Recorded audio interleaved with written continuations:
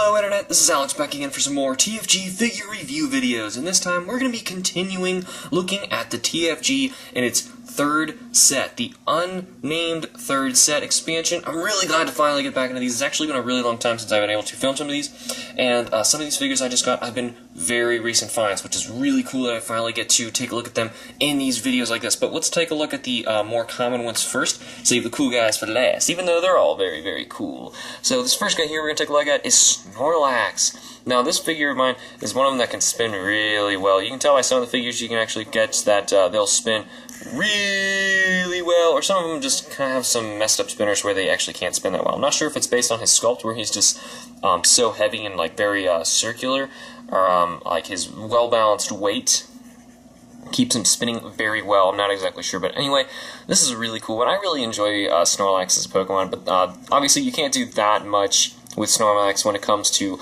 making a TFG figure out of him, other than just making him lie there. But it's still kind of enjoyable because he's in the middle of a yawn. So, taking a look at the actual attacks and stuff, let's see. I'm going to tip my camera. Light, there we go. That looks very nice. Okay, so for one attack we got right here is actually, he's making a shadow. There we go. I want to fix my light because in the last couple of videos, some of the light was a little bit difficult to see. So, he has a very large purple area here that says rest. Snorlax is asleep. Now, figuring out exactly what asleep does is kind of odd. I have some old papers that I found online that are basically kind of trying to explain what the other special conditions are of the newer sets that were supposed to come out, and they're very unusual. Like, I'm pretty sure when you're asleep, that Pokemon can't move, but other people are allowed to basically bypass you, which you would think, if it's a Snorlax and it's asleep, it will block the path. That would be the point, but that's actually not the case, as far as I'm aware. So it's very unusual that he makes himself go to sleep as a purple without blocking the path. He has one movement point, very small area of miss, pretty decently small area of pound, and a very large area of body slam, but as we see, he also has a Poke Power. Still, Snorlax can't be moved by attacks except for Sweet Scent. So basically, you're going to try and keep Snorlax awake and as a wall. So that seems to be the reason to use the Snorlax. But the thing is, it's very easy to get by him if he lands on his rest. So, interesting way to do it. I mean, there's probably more that they had planned for Snorlax or getting past the new special conditions, but either way, I'm not seeing it if that was the case, because I thought that was a really cool figure idea. You know, you block people off, you know, because that's actually, it has a really good strategy for the game itself. Moving on to the next one right away is Tropius. Now, this is a really cool one. Everyone online likes to say that he's got so much sass. Look at all this sass that this Tropius here has. He's like, oh, you're looking at all my awesome banana chins? That's what you're doing. Guess what? I'm a flying Brachiosaurus.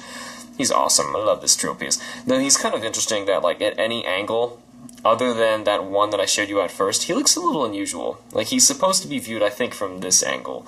And then after that, he looks a little unusual. But still, I really like this Pokemon. I'm really glad that he got a TFG, just because Tropius, to me, was really cool in the 3rd gen games when I was playing. I was really surprised. I was like, wow, it's such a cool Pokemon design. It's, like, so huge. And I like the single stages sometimes. I really appreciate single-stage Pokemon. And Tropius seemed to, like, not get enough love after that. Tropius kind of disappeared. So that was kind of a bummer for Tropius. But the thing is, he will live on forever with this amazing TFG that they gave him. I really enjoy this one. So, this one's a little more on the uncommon side as well with Snorlax, but you will see them around, so they're not too rare. Taking a look at his attacks, he has a little bit of purple down here. It says Whirlwind. The defending Pokemon returns to the bench and has weight, so that's really amazing if you can hit that sucker. 2 very little miss regions, but together they'll make like one of the normal ones. Razor Leaf 40, not so much. He also has an equally sized, on the other side, Razor Leaf 40, as we now see 1 movement point. But right here in the front, well, sort of the front, he's not paying attention, is Solar Beam 120. So Tropius is a kind of a risky one to play. I mean, you can get hit with something really weak and it's not worth it, or you can absolutely devastate your opponent or completely send them back to the bench with weight. So he can be really amazing or really bad.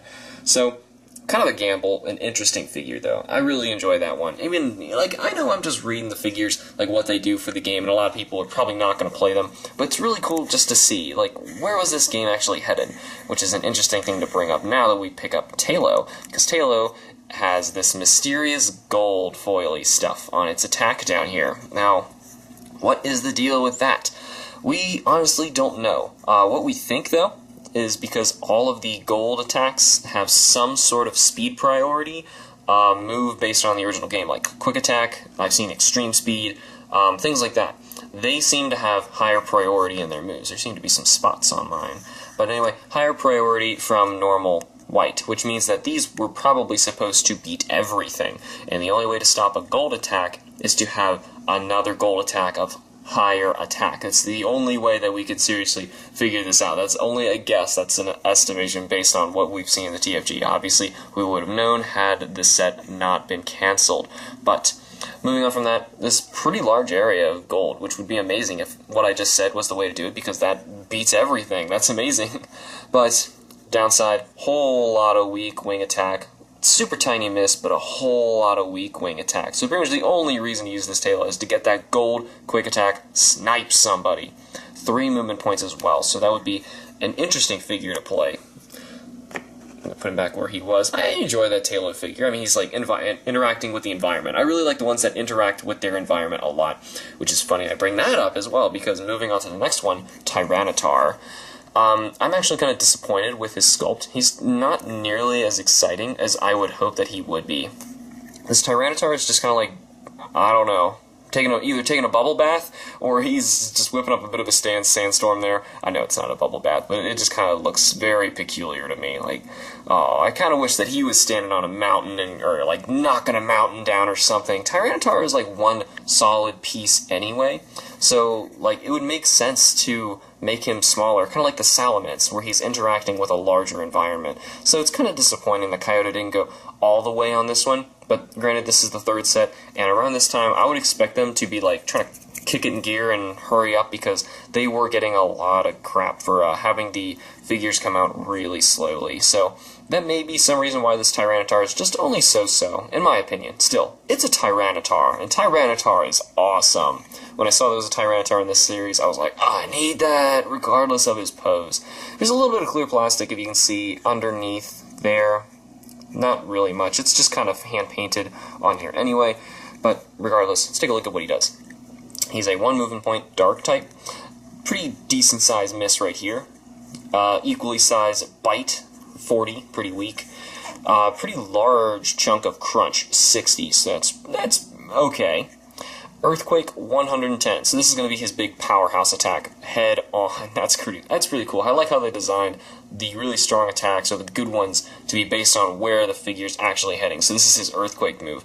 All other Pokemon on the field spin. If a Pokemon spins miss, that Pokemon is knocked out. That is devastating. But obviously, that applies to you as well. So you can kind of knock out your own Pokemon, but you're really going to be leveling the field. It's a pretty much a gamble figure as well. Pretty interesting. We're going through a lot of the gambly, high-risk figures in this video so far. Now I'm excited. We get to move on to the ones that I just recently got. These ones are really rare. Starting with this one, though, because we're going to work our way up in rarity. This one is not necessarily as rare as these two, but it's still pretty hard to come by. This is a Machamp. This is a really cool one to get. I really enjoy this pose. See, this is one where I'm like, yes, interact with that environment. That is amazing. Look at that. Really reminds me of the Mewtwo from Groundbreakers. I mean, look how... I don't know. I don't even have any words. You see pictures like head-on like this, and you forget Machamp has 4 arms, and you turn them like, wow, that is just insane. Look at this.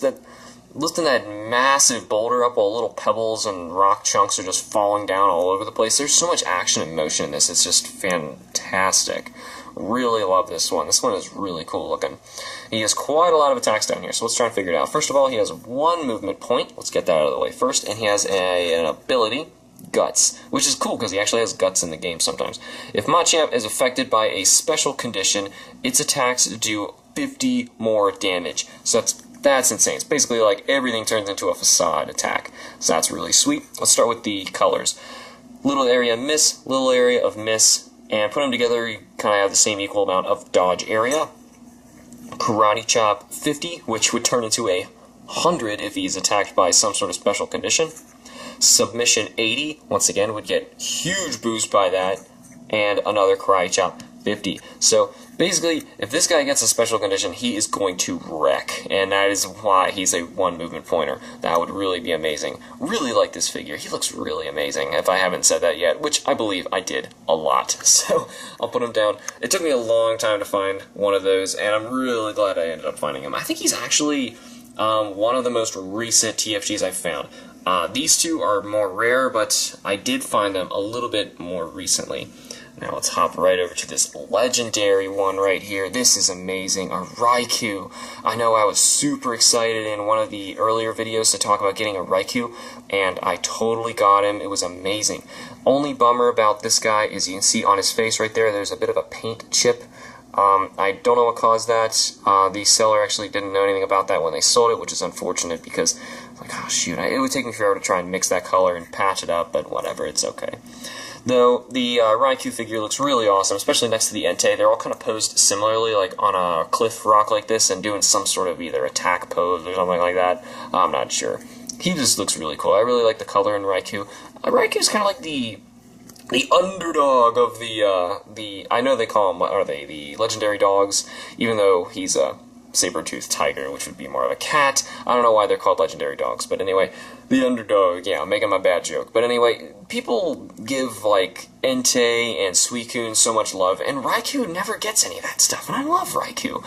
Check out my live shiny Raikou video. I was really hoping that I would have this video, or this figure for that video in the background, but I did not. But it doesn't matter, I still have it, I'm very happy I got it. So, let's take a look at down to the bottom, what he actually does. He has another gold area down here, Thunderous Blow, and that does 70 damage. That is insane. So even if he started to clash with somebody else who had a gold ability, that's really powerful. He would take out Taillow's, basically, ultimate move. He has the ability Non-Stop, which says Raikou cannot be affected by weight, which is really awesome. I believe all the legendary dogs have that. He has Bite 40 damage, and an equal amount of Bite 40 damage. He is a 2-movement pointer, just as Entei. They're very similar in how they're designed on the bases. 2 areas of miss that add up to the same amount of dodge area down below. Really awesome! Really love this one. This one, however, like I said, much rarer. And I actually had to spend, I think 50-something to get this one. It was really, really hard to find. And it was actually in a bid, and a lot of the people really wanted it, unfortunately. I really hope sometimes that you get into one of those bids and you're like, oh, please, I hope nobody knows what this is and nobody sees it. But unfortunately, there were a lot of other people who kind of started sniping at the same time. But it didn't really matter because I ended up getting Raikou anyway, so that's sweet. Another really awesome, really rare one here is the Magnemite. This was another very recent one that I got. Super excited about this Magnemite. I really like this one because this one, I know it's supposedly like a common Pokemon, but the thing is, in the TFG, Magnemite is very rare. Really cool to get this guy. Really excited to. I like how the metallic paint is put onto the metal parts in here. He has very tiny little detailed screws that actually have all the lines put onto them. Man, there's so much detail in this little guy. It's great. Really like this Magnemite. I believe the Magnemite was around 40-something. I was trying to get him before from some sellers where they were only selling for $15 to $6, some are really low.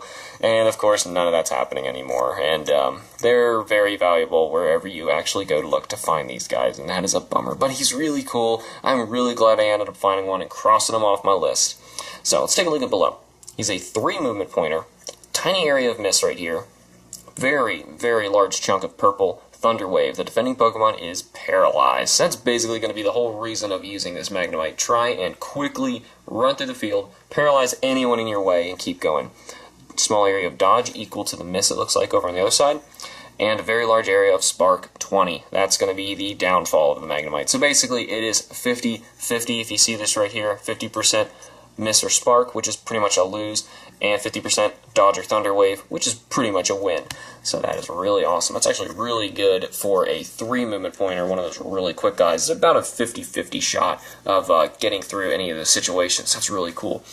I'm really glad I got to continue this set. This is really awesome. I'm going to do another one of these TFG third set videos coming up really soon, so I'm really excited as well. Also, if all goes well, I'll be able to do a Groundbreakers video coming up soon, and that's going to be really awesome as well. So stay tuned for more Pokemon TFG action. I will see you all in the next video.